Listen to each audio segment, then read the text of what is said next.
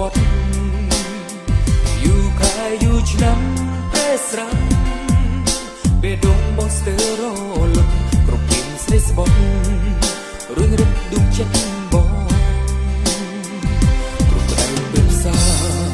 វាចាសុខរួមអើឬទៅវងវេនឹងស្រីដែលគ្មានបេះដូងបត់ហុំហេតុពេលភ្នែកជីចាប់តាំងពីដំបូងពីត្រូវចោគុំចិនខ្លួនឯងឲ្យបានជប់ឈឺជប់កាត់រឿងស្នេហ៍ពីអង្គទៅកាស្រីស្លាប់ចិត្តស្រា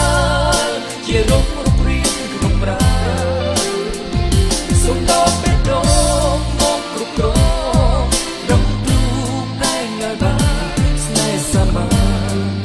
សុំចាក់ទុកជាមុខៈ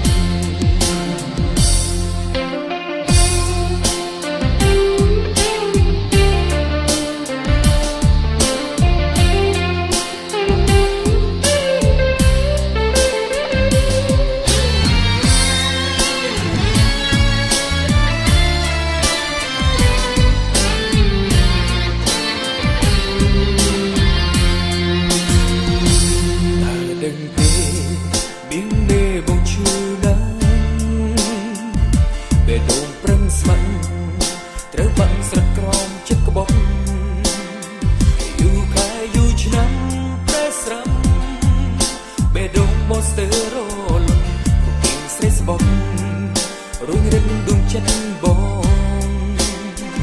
ត្រង់ក្រៅពេលផ្សារវាចាសុខខ្លួន